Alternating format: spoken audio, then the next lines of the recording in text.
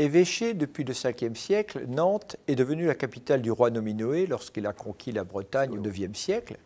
Et ça va devenir très naturellement la capitale des ducs de Bretagne, qui vont d'ailleurs y ériger un magnifique palais ducal à partir du XVe siècle, palais que l'on peut encore admirer aujourd'hui. Et par exemple, la duchesse Anne a bien toujours considéré Nantes comme sa capitale et lui a légué d'ailleurs son cœur après sa mort, cœur que l'on peut voir encore aujourd'hui au musée d'Aubray. Mais le rattachement de la Bretagne à la France en 1532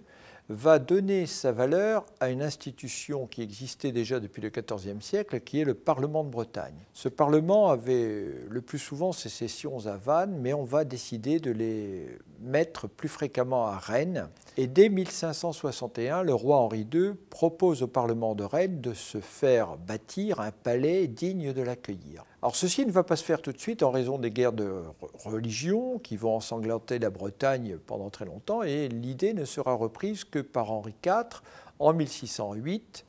Là encore, les choses vont traîner puisque ce n'est qu'à partir de 1618 que va commencer à être érigé le magnifique Parlement de Bretagne que l'on peut encore voir aujourd'hui. Alors ce Parlement de Bretagne va être très long à construire puisque de 1618 date de son commencement, il ne sera achevé qu'en 1709, mais les parlementaires peuvent siéger dès 1655. À l'occasion du grand incendie de Rennes de 1720, qui va brûler toute une partie des maisons anciennes,